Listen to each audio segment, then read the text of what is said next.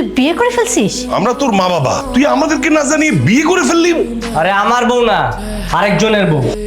আমার টাকা না পাবো তোরে আমি এই বাড়িতে আটকে রাখি। তুই ওর কাছ থেকে কত টাকা পাবি? 3 লাখ টাকা। আন্টি, ওর টাকা পাবে আরেকজনের কাছে, কিন্তু আমাকে কেন তুলে নিয়ে এসেছে বলুন? আমার টাকা যেদিন পাবো ওই দিন আমি এই বাড়ি থেকে তোমার ছাড়বো। দেখো মেয়ে, 3 লাখ টাকা কিন্তু অনেক টাকা। আর কতক্ষণ না খেয়ে থাকবে? খাবারের উপর রাগ করে থাকতে আছে, উল্টো নিজেই কষ্ট পাবে। লিমা তো কিছুই খাচ্ছে না রে বাবা। খেলে খাবে, না খেলে নাই।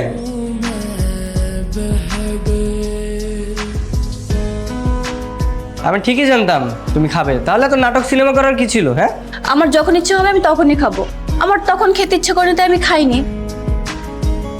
আমি কিন্তু এই বাসার রবির বউ। আপনারা সবাই চলে আসবেন আজকে দুপুরে, আপনাদের সবাই। এই আপনি কি পাগলামি শুরু করছেন? জান তো, এই ঢুকেন ঢুকেন। এলাকায় কোনো সমস্যা হয়েছে নাকি? না ভাই, ভাবি দাওয়াত দিছে তো, এলিয়া দাওয়াত খেতে আইছি সবাই মিলা। এই আমি তো এখনো বিয়েই করি নাই, বউ আসবো কোত্থেকে? এই তুমি ওদের আসতে বলছো?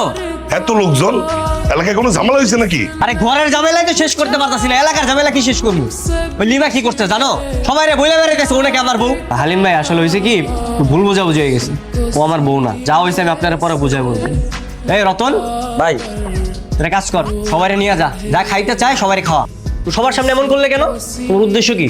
জানো তো কি করব? কতদিন ধরে এই শাড়ি পরে রয়েছে, এভাবে ভারী শাড়ি পরে কতদিন থাকা যায় বলুন? আপনি কোথায় যাচ্ছেন? চলো ভিতরে, শপিং করবে না? আপনিও যাবেন নাকি?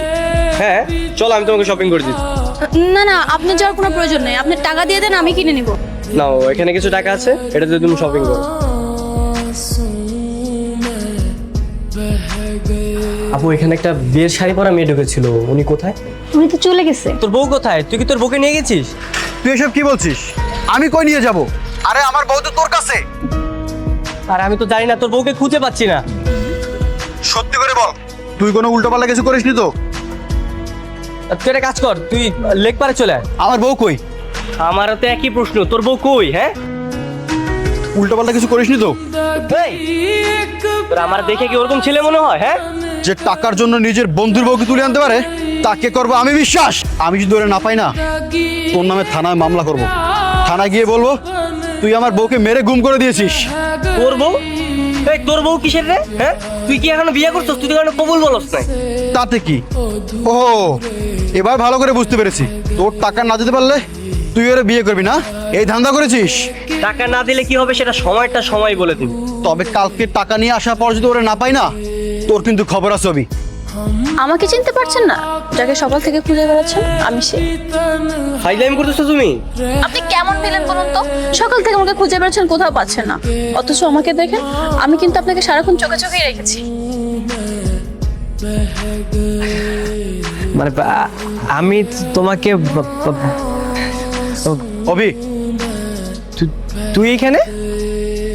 এই নে 3 লাখ টাকার চেক। তুই ব্যাংকে গিয়ে টাকাটা তুলে নিবি। লিমা চলো। এই দাঁড়া ওয়েট। মানে তুই এতগুলো টাকা কোথায় পেলি? কোথায় পেলাম সেটা জেনে তুই কি করবি? তুই টাকা পাবি, টাকা দিয়ে দিয়েছি, এখন আমি আমার বউকে নিয়ে যাব। লিমা চলো। না, লিমা এখান থেকে যাবে না, ওইখানেই থাকবে। যাবে না মানে? বললেই হলো। তুই কিন্তু নেতার সামনে দাঁড়িয়ে কথা দিয়েছিস। নেতার সঙ্গে আমি কথা বলছি, তুই এখান থেকে যা। ফাইজদামি নাকি? দেখ, সব কিছু নিয়ে ফাইজদামি চলে না। তুই টাকার জন্য বিয়ের আখের থেকে আমার বউকে তুলে নিয়ে আসছিস, আর এখন তুই টাকা পেয়ে গেছিস, আমি আমার বউকে নিয়ে যাবো। সিম্পল। চলো লিমা। এই আচ্ছা, বলেছি না লিমা এখান থেকে যাবে না। এই লিমাই, তুমি ওর সাথে যাবে?